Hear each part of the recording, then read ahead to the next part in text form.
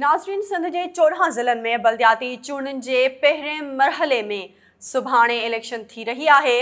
21,298 उम्मीदवारनि में मुक़ाबिलो थींदो।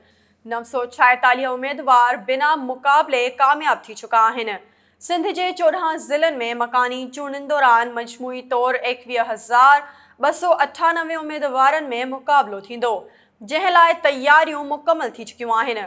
इलेक्शन कमीशन जो चवणु आहे त यूनियन काउंसिल्स, यूनियन कमेटीज़ जे चेयरमैन ऐं वाइस चेयरमैन जी गॾियल 887 सीटुनि मां 135 सीटुनि ते उम्मीदवार बिना मुक़ाबले कामयाब थिया आहिनि। इलेक्शन कमीशन मूजिबि ज़िले काउंसिल जे 794 सीटुनि मां 107 ते उम्मीदवार बिना मुक़ाबले कामयाब करार ॾिनल आहिनि।